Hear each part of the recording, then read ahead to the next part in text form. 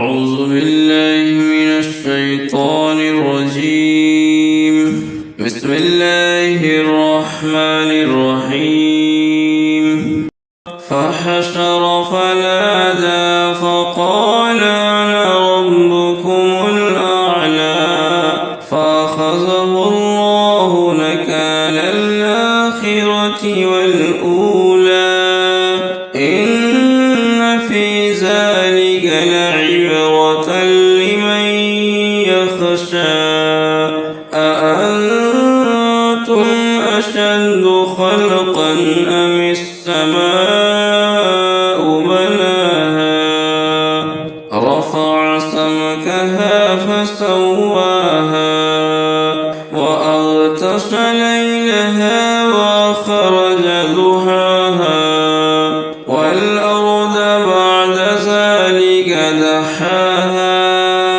أخرج منها ماءها ومرعاها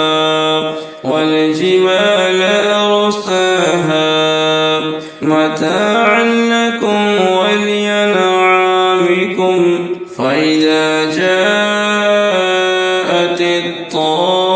الطامة الكبرى يوم يتذكر الإنسان ما سعى وبرزت الجحيم لمن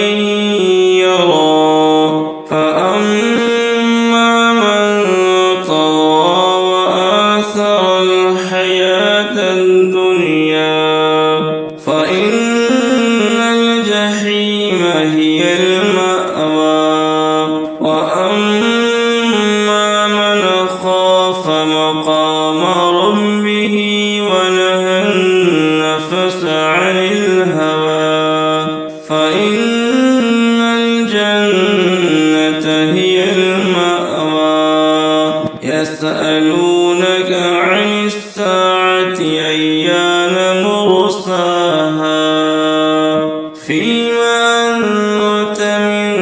ذكراها إلى ربك منتهى